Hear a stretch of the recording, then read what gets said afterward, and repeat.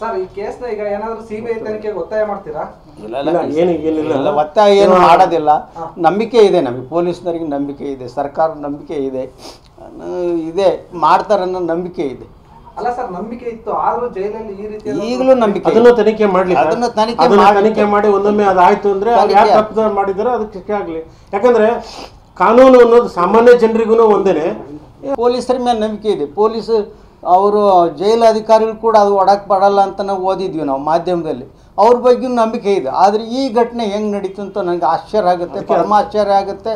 ಭಾಳ shocking news ಆಗಿದೆ ನಮಗೆ, ಈ ಥರ ನ್ಯೂಸ್ ಆಗಿದೆ. ಏನಿದೆ ಅಂತ ಸರ್ಕಾರ ಮುಖ್ಯಮಂತ್ರಿಗಳು ತನಿಖೆ ಮಾಡಿ ಅದಕ್ಕೆ ಸೂಕ್ತ ಇದನ್ನು ನಿರ್ದೇಶನ ಕೊಡಬೇಕಂತ ಅವ್ರಲ್ಲಿ ಕೈ ಮುಗಿದು ಕೇಳ್ಕೊಂತೀನಿ. ಆ ಥರ ಇದೆ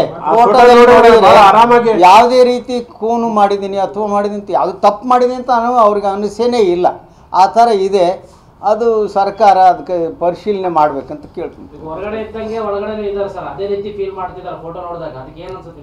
ಅಲ್ಲ, ಅದನ್ನೇ ನಮ್ಗೆ ಶಾಕ್ ಆಗಿರೋದು. ಅದನ್ನ ನೋಡಿ ನಮ್ಗೆ ಶಾಕ್ ಆಗಿರೋದು.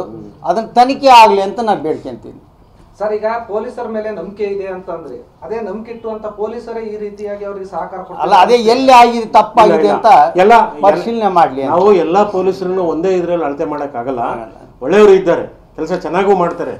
ಒಳ್ಳೆ ಅಂತ ವಿಡಿಯೋ ಸಿಕ್ಕಿದೆ, ಅದ್ರ ಬಗ್ಗೆ ಏನ್ ಹೇಳ್ತೀರಾ ಸರ್? ಗೊತ್ತಿಲ್ಲ, ಅದೆಲ್ಲ ನಮಗೆ ಗೊತ್ತಿಲ್ಲ. ನಾನು ಟಿವಿ ನೋಡಕ್ ಹೋಗಿಲ್ಲ. ಆಗಿದ್ರೆ ಸರ್ಕಾರ ಇದು ಮಾಡ್ತದೆ, ನ್ಯಾಯಾಂಗದ ಐತೆ.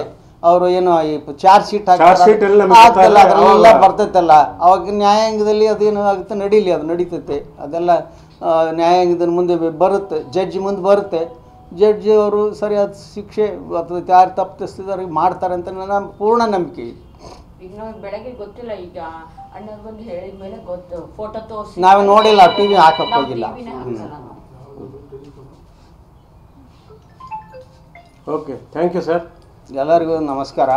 ತಮ್ಮ ಮಾಧ್ಯಮದವ್ರಿಗೆ ನಾವಂತೂ ಭಾಳ ಅತ್ಯಂತ ಆಭಾರಿಯಾಗಿರ್ತೀವಿ. ಯಾಕೆಂದರೆ ನಮಗೇನು ಗೊತ್ತಾಗಲ್ಲ, ನಾವು ಟಿವಿ ನೋಡೋಕ್ಕೆ ಹೋಗಲ್ಲ.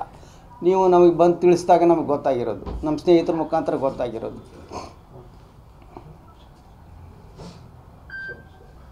ಮಾತಾಡ್ತಾರ? ಇಲ್ಲ.